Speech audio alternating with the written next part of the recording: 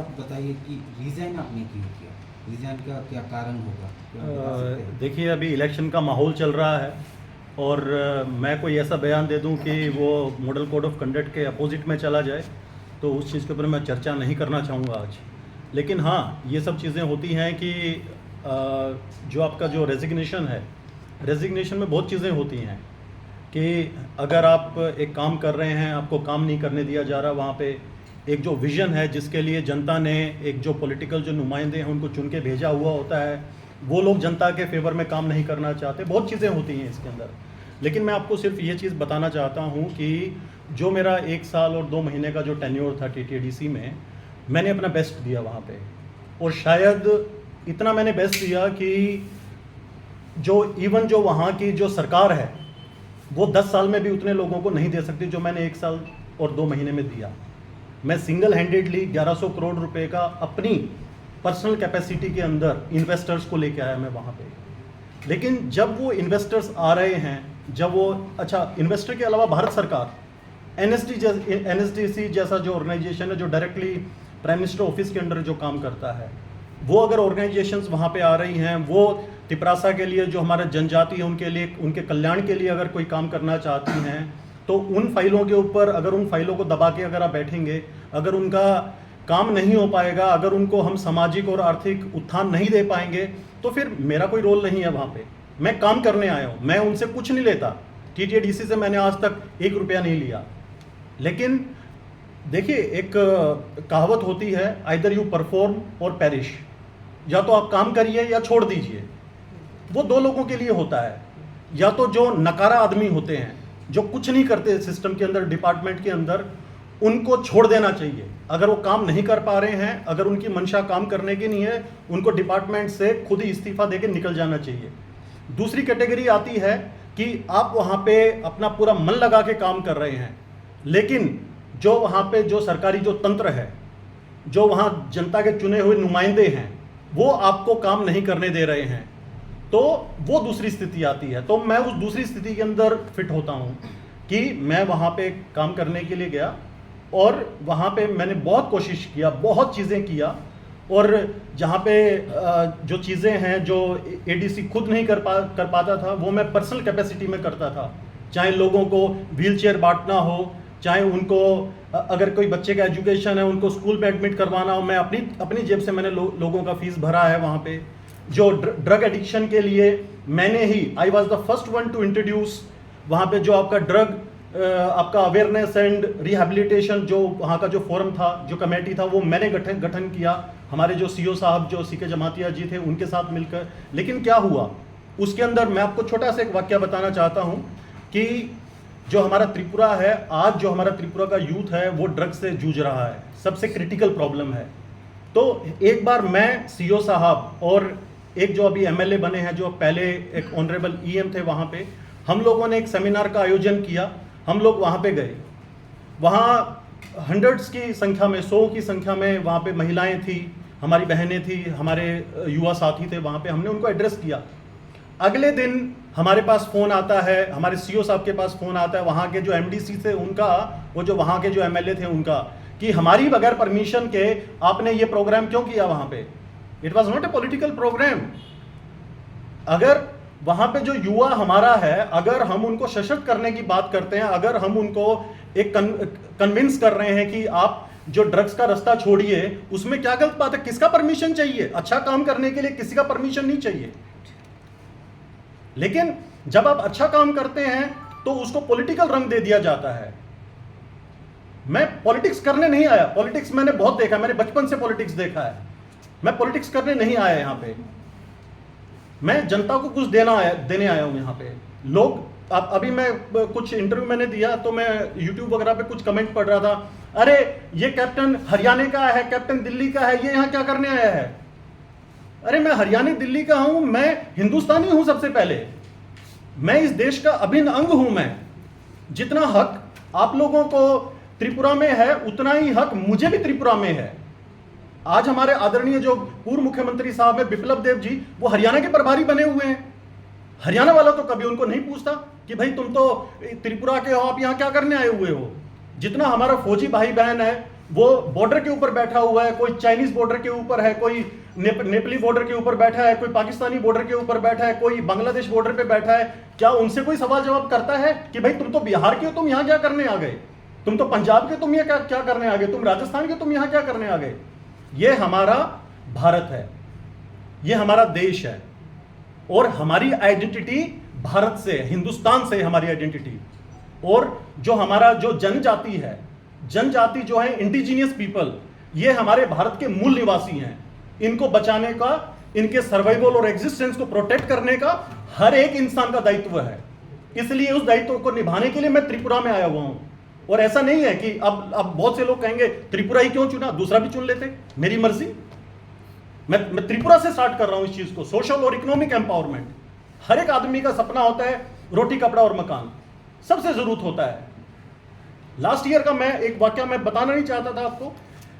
मैंने एक मुहिम स्टार्ट किया जिसके अंदर मैंने जो स्किल सेक्टर काउंसिल है, जो इंडिया का, गवर्नमेंट ऑफ इंडिया का काफी सारा, और एनएसडीसी के माध्यम से मैं यहां पे तिपरासा को, एलोन सिर्फ तिपरासा को 23,000 हर साल का एम्प्लॉयमेंट देने का मैंने वायदा किया था। यहाँ पे 23,000 एम्प्लॉयमेंट, जिसमें से 8,000 एलोन एनएसडीसी जो नेशनल स्किल डेवलपमेंट कॉर्पोरेशन है वो उसमें दे रहा था।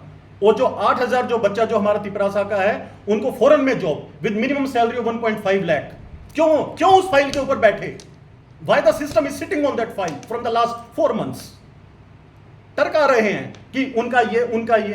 फिर एक हमने मीटिंग किया, जो skill sector council, telecom skill sector council, automobile skill sector council और काउंसिल के लोग आए हुए थे, उनके साथ मीटिंग हुआ। उन्होंने बोला हम स्टाम्प पेपर पे लिख के देते हैं, हम आपके बच्चों का यहाँ पे 15,000 बच्चों का मिनिमम हम यहाँ से हर साल का एम्प्लॉयमेंट जनरेट करेंगे।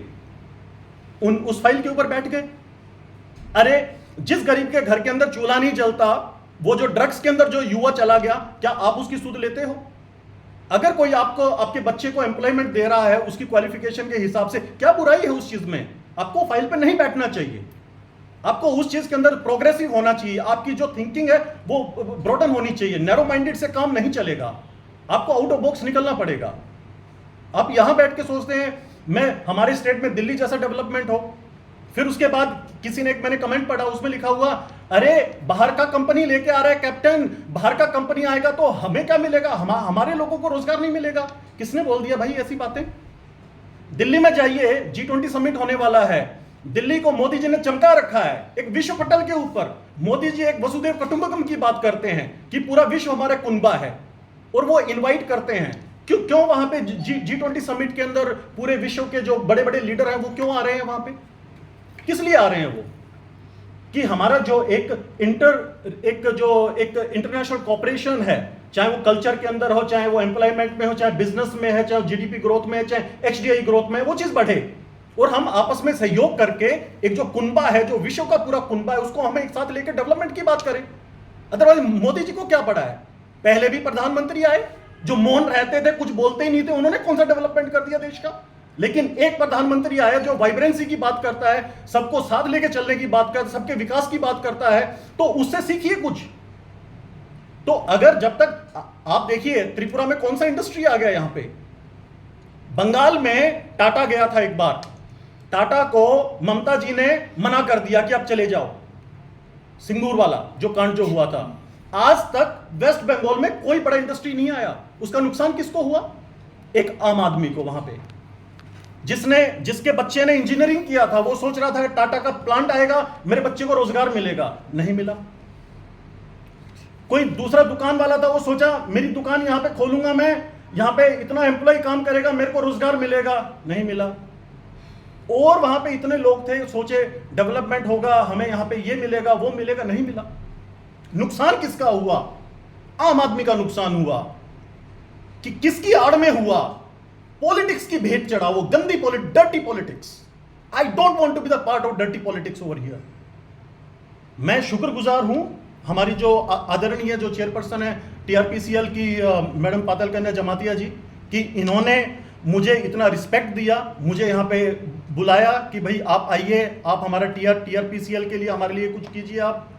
तो मैं हाथ जोड़कर आज उनका अपने तहे दिल से धन्यवाद करना चाहता हूं कि उन्होंने मेरे बारे में जाना, मेरे से बात हुआ, उनका ये जो मैडम बता रही थी पोलो टावर के अंदर हमारा इवेंट था, वो इवेंट मैंने कराया। आज तक पूरे त्रिपुरा में किसने टीचर्स के बारे में सोचा है? कल हमारा शिक्षक दिवस है, टीचर्स के बारे में कौन सोचता है? लेकिन फिर भी मैं वहां हरियाणा से बात करके ओपी जिंदल यूनिवर्सिटी को पूरा जितना हमारा अगरतला का सरकारी चाहे गैर सरकारी जो टीचर्स हैं, प्रोफेसर्स हैं, प्रिंसिपल, उनको बुलाया। उनको एडीसी से हमने बुलाया, जो हमारे जो ट्राइबल स्कूल्स के जो टीचर्स, प्रोफेसर्स हैं, प्रिंसिपल्स हैं, उन लोगों को, कि उनको साइकोलॉजी, बिहेवियर के ऊपर हमने उनको ट्रेन किया। किस लिए? कि वो जो हमारे बच्चे हैं, जो हमारा यूथ है, जो हमारा एसेट है हमारा जो त्रिपुरा का और हमारे त्रिपुरासा को, वो एक सही उनको डायरेक्शन दे सके, दिशा और दशा दे सके, अच्छी दिशा और दशा दे सके यहाँ पे। तो मैं आज यहाँ पे आया, मैडम के अपना इन्होंने रिक्वेस्ट किया, और वो भी मुझे फेसबुक के माध्यम से पता चला। मेरे किसी दोस्त ने बताया मुझे कि आपका देखो कोई वो मैडम पाताल कन्या जी ने आपके लिए इतना कुछ लिखा। तो मेरा फर्ज बनता है, मैं हमेशा रिस्पेक्ट देना जानता हूँ, मैं कभी किसी को डिसरिस्पेक्ट नहीं करता।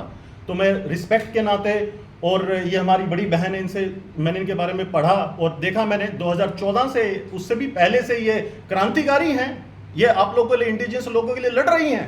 तो हम सभी लोगों को इनका सहयोग करना चाहिए, इनको बढ़ाना चाहिए, इनको आगे लेके। और रही बात टीआरपीसीएल की, तो मैं अभी मैनेजर साहब से बात कर रहा था टीआरपीसीएल का कि हमारा कितना रेवेन्यू है और प्रॉफिट कितना है। तो रेवेन्यू की बात छोड़, रेवेन्यू तो बहुत कोई लोग कमा लेते हैं, लेकिन प्रॉफिट की बात होती है तो प्रॉफिट नहीं है हमारा टीआरपीसीएल में। जबकि जो टीआरपीसीएल है एक अहम डिपार्टमेंट है, जैसे मैडम ने बताया कि जहां पे जो डिपार्टमेंट, जो संस्था आपका सामाजिक और आर्थिक सशक्तिकरण की बात करे और लोगों को सोशल और economic empowerment they, right, starting from the person who is standing in the last Q, तो वो डिपार्टमेंट बहुत अहम होता है, बहुत क्रिटिकल डिपार्टमेंट होता है। इसी टाइप से जो टीआरपीसीएल है, मैंने पूरा टीआरपीसीएल के बारे में मैंने पढ़ा, मैंने देखा कि जो चीजें हम एडीसी में करते हैं, सेम चीजें हम टीआरपीसीएल के माध्यम से कर सकते हैं। बिकॉज यहाँ पे रिहेबिलिटेशन भी है और यहाँ पे आपका प्लांटेशन भी है। और हमारा जो त्रिपुरासा कम्युनिटी है और हमारा जो त्रिपुरा स्टेट है, being an agrarian kind of economy, जो कि पूरी मूलभूत जो आपकी कृषि के ऊपर निर्भर होती है, जहाँ पे चाहे आप रबर प्लांटेशन, अगर वुड या कोई भी चीज लगा लीजिए, तो हम वहाँ पे डेवलपमेंट का बात कर सकते हैं, डेवलपमेंट का काम कर सकते हैं। और मुझे नहीं पता कि मैं कैसे, किस वे में अटैच हो पाऊंगा टीआरपीसीएल के साथ, लेकिन मैं आज आप लोगों के माध्यम से ये मैडम को बताना चाहता हूं कि मैं बिल्कुल खुले दिल के साथ, अपनी आत्मा के साथ, अपने सुविचार के साथ, अपने कमिटमेंट के साथ, मैं मैडम के अच्छे विचारों के साथ और टीआरपीसीएल के साथ खड़ा हूं। जो भी इनके मन में आएगा, जोन सी ये मुझे जिम्मेवारी देना चाहेंगी, मैं वो जिम्मेदारी लूंगा और भली भांति निभाऊंगा। और जो चीज मैं टीटीएडीसी में नहीं कर पाया, वो चीज मैं टीआरपीसीएल के माध्यम से करूंगा। और ये मैं कमिटमेंट कर रहा हूं, आज मीडिया है सामने यहाँ पे, कि आज हमारे यहाँ पे प्रॉफिट नहीं है टीआरपीसीएल में, अगले 4 से 5 साल में टीआरपीसीएल सबसे ज्यादा प्रॉफिट देने वाला पीएसयू बनेगा हमारा। This is my commitment, these are my words, you can note it down today and you can ask me after 4 years कि कैप्टन साहब आपने 4 साल पहले ये चीज बोली थी, आज 4 साल हो गए हैं, आज हमारा टीआरपीसीएल कहां खड़ा है। तो हमें इसको, टीआरपीसीएल को, इस डिपार्टमेंट को विश्व पटल के ऊपर लेके जाना है। सिर्फ हम, यही नहीं है कि हम सिर्फ बात यहां की करें। आपका वो मोदी जी को मैंने एक बार सुना था कि अपना think globally and act locally.